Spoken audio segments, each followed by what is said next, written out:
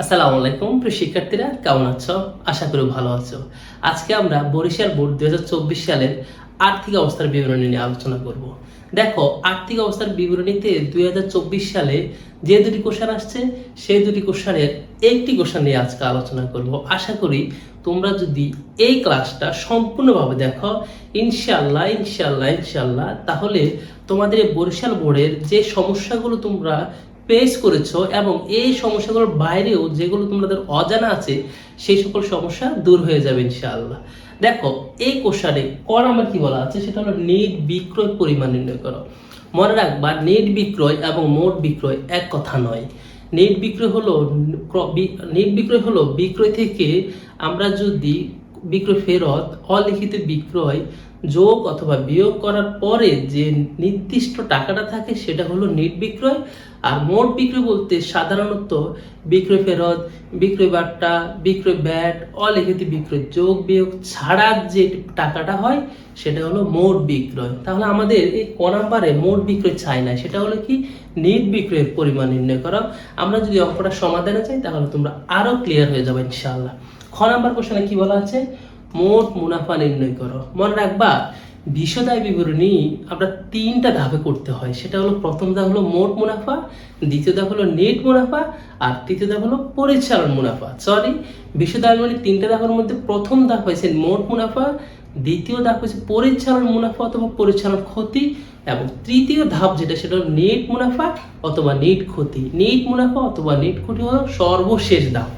তাহলে সেই বিশদ আয় বিবরণী থেকে আমাদের মোট মুনাফা চাইছে। তাহলে মোট মুনাফা হলো কি প্রথম ধাপ, বিশদ আয় বিবরণীর প্রথম ধাপ হলো মোট মুনাফা। এখন দেখো, ঘ নাম্বার কি কোশ্চেন আছে, সেটা হলো নেট মুনাফা নির্ণয় করো। তার মানে বোঝা যাচ্ছে বিশদ আয় বিবরণীর সর্বশেষ ধাপ নেট মুনাফা। তার মানে মোট মুনাফা আমরা করতে হবে, পরিচালন মুনাফা করতে হবে, তারপরে আমরা নেট মুনাফা যেতে হবে। তাহলে আমরা নেট মুনাফা বের করতে পারবে। এবং নেট মুনাফা এবং মোট মুনাফা দুটোই বিশদ আয় বিবরণী। আরো সহজ ভাষায় বলি, মোট মুনাফা এবং নেট মুনাফা সবগুলাই খরচ এবং আয়ের উপর অন্তর্ভুক্ত।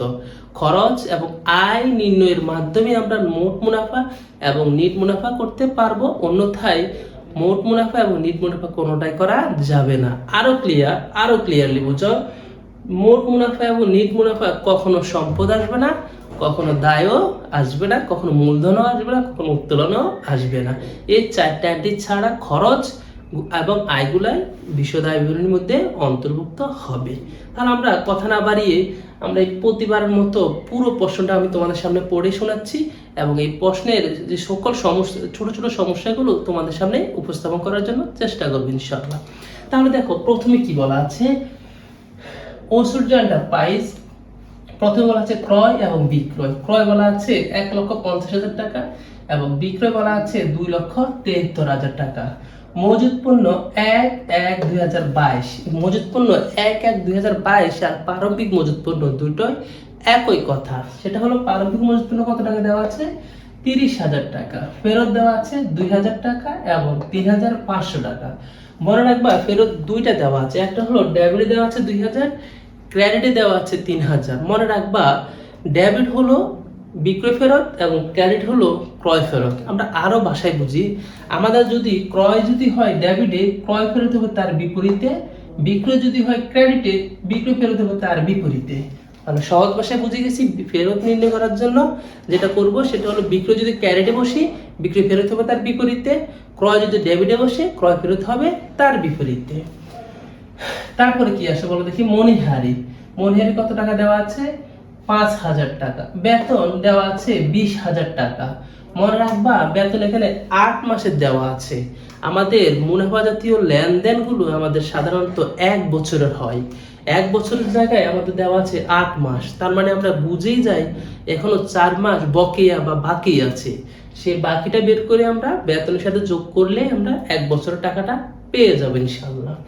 এখন দেখো, তারপর আছে ডগ চার্জ 4,000 টাকা, ভাড়া দেওয়া আছে 14,000 টাকা, আমদানি শুল্ক দেওয়া আছে 6,000 টাকা, 10% বিনিয়োগ 1/1/2022 35,000 টাকা দেওয়া আছে, কমিশন 7,500 এবং 5,000 টাকা দেওয়া আছে। মনে রাখবা, কমিশন 2টা টাকা দেওয়া থাকলে ডেবিটের টাকাটা খরচ এবং ক্রেডিটের টাকাটা আয় হিসাবে গণ্য হবে।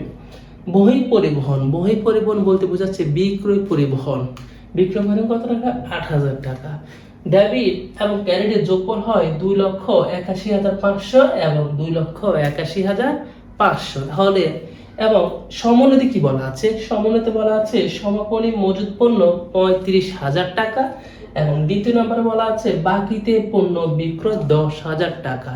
তাহলে আমরা নেট বিক্রয় বের করার সময় আমরা বাকিতে পণ্য বিক্রয় এটা বিক্রয়ের সাথে যোগ করে ফেলবো এবং ভাড়া অগ্রিম দেওয়া আছে 1,000 টাকা। আমরা জানি মুনাফা জাতীয় লেনদেনে খরচ অথবা আয়ের সাথে অগ্রিম বিয়োগ হয়ে যাবে এবং বকেয়া অথবা বাকি অথবা অনাদায়ী সেটা যোগ হয়ে যাবে। তাহলে আমাদের সমন্বয় এবং উদ্দীপক পড়া শেষ। এখন আমরা ক নাম্বার কোশ্চেনে চলে যাচ্ছি। ক নাম্বার হলো নিট বিক্রয়। আগে দেখো আমাদের বিক্রয় কত টাকা দেওয়া আছে। দেখো বিক্রয় দেওয়া আছে 2,73,000 টাকা। বিক্রয় 2,73,000 টাকা যোগ, দেখো যোগ এই যে অলিখিত বিক্রয়, এই অলিখিত বিক্রয়টাই আমাদের কোথায় আসবে? বিক্রয় জায়গায় আসবে। অলিখিত বিক্রয় কত? 10,000 টাকা। আর আমি লিখি অলিখিত বিক্রয় 10,000 টাকা যোগ করলে হয় 2,83,000 টাকা। দেখো এই যে ফেরত আছে, বিক্রয় যদি ক্রেডিট হয় বিক্রয় ফেরত হবে ডেবিটে। এই ফেরত কত টাকা? 2,000 টাকা বিয়োগ ফেরত, সেটা কি ফেরত? বিক্রয় ফেরত 2,000 টাকা। যদি আমরা 2,83,000 টাকা থেকে 2,000 টাকা বিয়োগ করা হয় তাহলে 2,81,000 টাকা। এটাই হলো নেট বিক্রয়ের পরিমাণ। এখন দেখো খ নাম্বার কি বলা আছে? মোট মুনাফা নির্ণয় করো। আমরা আগেও যদি জানি এখন আবার নতুন করে বলি, মোট মুনাফা নির্ণয় করতে হলে বিক্রয় থেকে বিক্রিত পণ্যের ব্যয় বিয়োগ করতে হবে। আর বিক্রয় থেকে বিক্রিত পণ্যের ব্যয়ের ভিতরে কোন কোন এন্ট্রি আছে আমরা এটাই জানি না।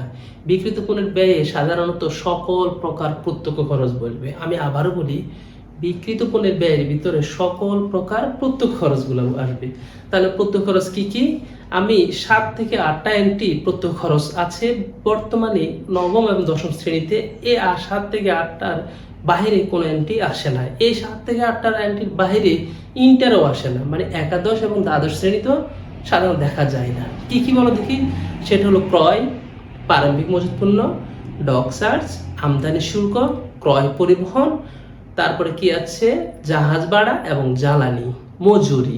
এইগুলো ছাড়া, এই 7টা এন্ট্রি ছাড়া সাধারণত আমরা এই বিক্রিত পণ্যের ব্যয়ের ভিতরে আর দেখা যায় না। আমি আবার বলি, প্রারম্ভিক মজুত পণ্য তোমরা একটু নোট করে নাও। প্রারম্ভিক মজুত পণ্য, ক্রয়, আমদানি শুল্ক অথবা শুধু শুল্ক, মজুরি, পরিবহন অথবা ক্রয় পরিবহন অথবা আন্তঃপরিবহন, তারপরে কি আছে বলো দেখি? ডক চার্জ অথবা বন্দর চার্জ। এই এন্ট্রিগুলো ছাড়া সাধারণত বিক্রিত পণ্যের ব্যয়ের ভিতরে আর কোনো এন্ট্রি আসে না। তাহলে দেখো আমি প্রথমে বলে, যেহেতু আমরা বিক্রয় নিট বিক্রয় আমরা পেয়ে গেছি, তাহলে বিক্রয় কত? 2,81,000 টাকা বিয়োগ বিক্রিত পণ্যের ব্যয়। বিক্রিত পণ্যের ব্যয়, বিক্রিত পণ্যের ব্যয়ের ভিতরে কি আসবে? প্রথমে আসবে প্রারম্ভিক মজুত পণ্য, প্রারম্ভিক মজুত পণ্য। প্রারম্ভিক মজুত পণ্য কত? 30,000 টাকা। তারপর আসবে ক্রয়। ক্রয় কত টাকা? ক্রয় আছে 1,50,000 টাকা। দেখো ক্রয়ের সাথে ফেরত আছে, দেখো ফেরত। ক্রয় যদি ডেবিটে হয়, ক্রয় ফেরত তার বিপরীতে, তাহলে এইটা ক্রয় ফেরত কত? এই 3,500 টাকা। এটা হলো ক্রয় ফেরত। কত? 3,500 বিয়োগ ফেরত 3,500 টাকা। তাহলে 1,50,000 টাকা থেকে 3,500 গেলে হয় 1,46,500 টাকা। আর কি কি আসবে বলছিলাম? তারপরে কি আসবে? ডক চার্জ আসবে। তারপরে কি আসবে? আমদানি শুল্ক আসবে। আর সাধারণত কিছু আসবে না। তাহলে আমি লিখি ডক চার্জ। ডক চার্জ কত টাকা? 4,000 টাকা। তারপরে আমদানি শুল্ক আমদানি শুল্ক ৬,০০০। এগুলো যদি যোগ করা হয় তাহলে ১,৪৬,৫০০, ৫০,০০০, ১,৫৬,০০০, ১,৫০,০০০, ১,৮০,০০০, ১,৮৬,৫০০, ১,৮৬,৫০০ বিয়োগ সমাপনী মজুদ পণ্য। সমাপনী মজুদ পণ্য, মজুদ পণ্য কত? সমাপনী মজুদ পণ্য, এই যে সমাপনী মজুদ পণ্য ৩৫,০০০ টাকা। তাহলে সমাপনী মজুদ পণ্য ৩৫,০০০ টাকা। যদি ১,৪৬,৫০০ থেকে ৩৫,০০০ বিয়োগ করা তাহলে হয় ১,৫১,৫০০। এটাই হলো বিক্রিত পণ্যের ব্যয়। আর এই বিক্রয় থেকে এই বিক্রিত পণ্যের ব্যয় বিয়োগ করার পরে যেটা পাওয়া যাবে সেটাই হবে মোট মুনাফা অথবা মোট ক্ষতি।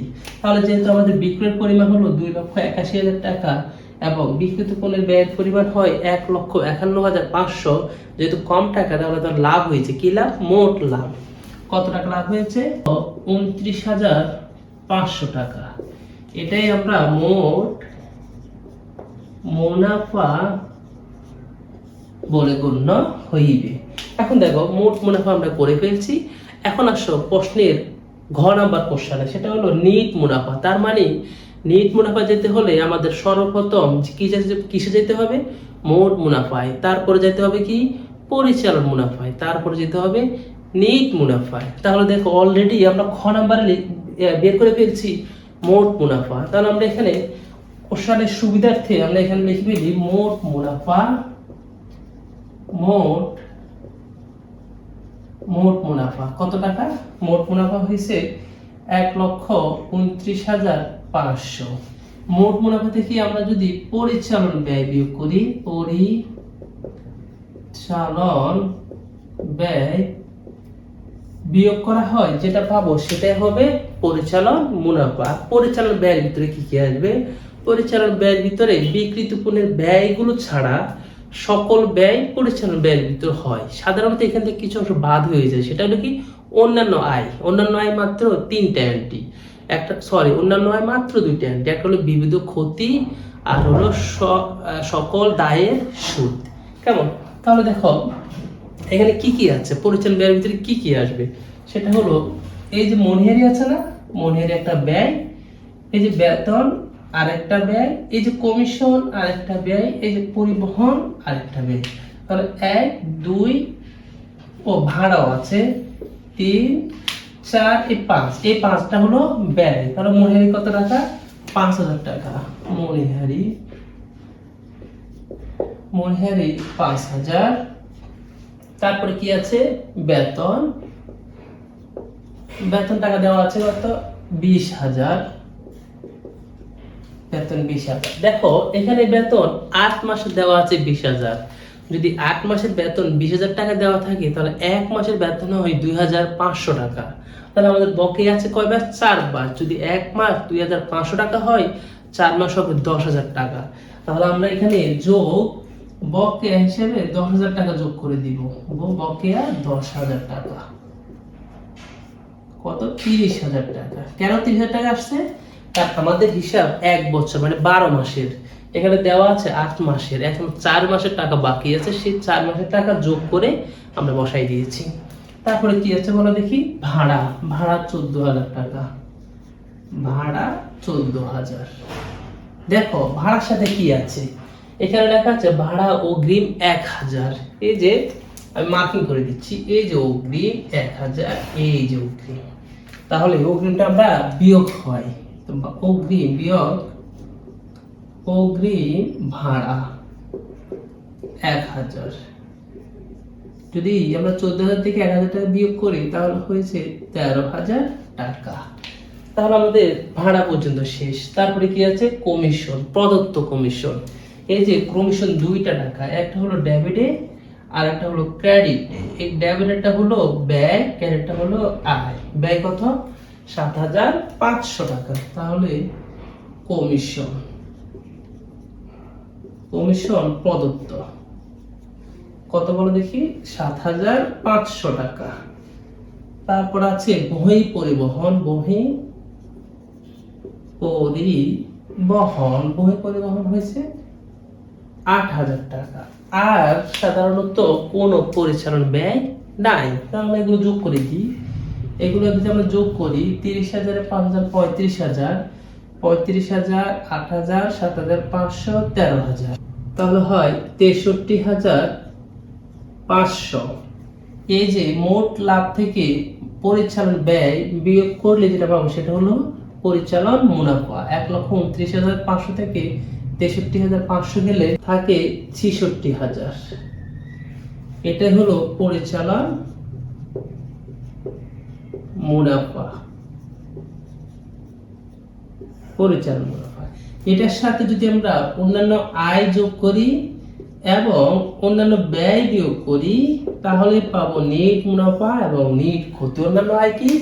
বিক্রয় ছাড়া সকল আয় হলো অন্যান্য আয়। কি সেটা কি কি আয় আছে এখানে? কমিশন প্রাপ্তি একটা আয়, বিনিয়োগের সুদ, আমরা জানি সম্পদের সুদ একটা আয়। তাহলে এই দুইটা আয় ছাড়া আর সাধারণত অন্যান্য আয় নাই। তাহলে আমি লিখি কমিশন প্রাপ্তি। কমিশন প্রাপ্তি কত টাকা? 5,000 টাকা। 5,000 টাকা। তারপরে বিনিয়োগের অনাদায়ী সুদ। বিনিয়োগের অনাদায়ী সুদ কত? আমরা জানি সম্পদের সুদ আয় এবং দায়ের সুদ ব্যয়। সেই হিসাবে এই যে সম্পদের সুদ আছে এই সুদটা হলো আয়। আর এই যে তারিখ আছে না 1/1/2022, তার মানে এই তারিখে কোনো কাজ হবে না, কারণ বছরটা শুরু হয়েছে ডিসেম্বর মাসে এবং বিনিয়োগটা শুরু হয়েছে 1/1 তারিখ বছরের প্রথমে, তাহলে সম্পূর্ণ মাস পাওয়া যাবে। এই জাতীয় অঙ্ক আমি যদি একটা পাই তাহলে আশা করি তোমাদের সেই সময় আমি তারিখ সম্পর্কে পূর্ণাঙ্গ ডিটেলসে আলোচনা করবো, তখন তোমরা ক্লিয়ার হয়ে যাবে। এখন এত কিছু জানার দরকার নাই, এই কোশ্চেনটা বুঝে যাও। তাহলে কত? বিনিয়োগের সুদ হচ্ছে 35,000 10% 3,500 টাকা। 3,500 টাকা। যদি 5,000 এবং 3,500 টাকা যোগ করা হয়, যোগ হয়েছে 8,500 টাকা। 8,500 66,000 সাথে 8,500 যদি যোগ করি তাহলে হয়েছে 74,500 টাকা। এখন দেখো এর সাথে আমরা অন্যান্য ব্যয়গুলো এখন বিয়োগ করব। অন্যান্য ব্যয় আমি দুইটা মাত্র এন্ট্রি বলছি, একটা হচ্ছে বিবিধ ক্ষতি আর সকল প্রকার দায়ের সুদ। তাহলে দেখো এখানে বিবিধ ক্ষতি বলতে কোনো এন্ট্রি নাই, কোনো প্রকার দায়ের সুদ বলতে এখানে কিছুই নাই। তাহলে আমাদের আর অন্যান্য ব্যয় এখানে বসানো লাগবে না। অন্যান্য ব্যয় ছাড়াই যে টাকাটা পাওয়া গেছে সেটাই হলো নেট মুনাফা। তাহলে কত টাকা নেট মুনাফা? 74,500 নেট মুনাফা 74,500। আশা করি তোমরা এই ক্লাসটা এখন পর্যন্ত বরিশাল বোর্ড 2024 সালের যে কোশ্চেনে যে সকল সমস্যার মুখোমুখি হয়েছ সেই সকল সমস্যা আশা করি ক্লিয়ার হয়ে গেছে ইনশাআল্লাহ। আজকে তোমরা এই ক্লাসটা দেখে যদি কোশ্চেন থাকে তোমরা আমাকে 100% আমার কমেন্টসে জানাই দিবে, অথবা আমার পেজে তোমরা জানাবা। আমি তোমাদের সমস্যাগুলো নিয়ে তোমাদের সাথে সরাসরি আলোচনার মাধ্যমে ক্লিয়ার করে দিব ইনশাআল্লাহ। আজকে এতটুকুই। সবাই ভালো থাকো, সুস্থ থাকো। আল্লাহ হাফেজ। আসসালামু আলাইকুম।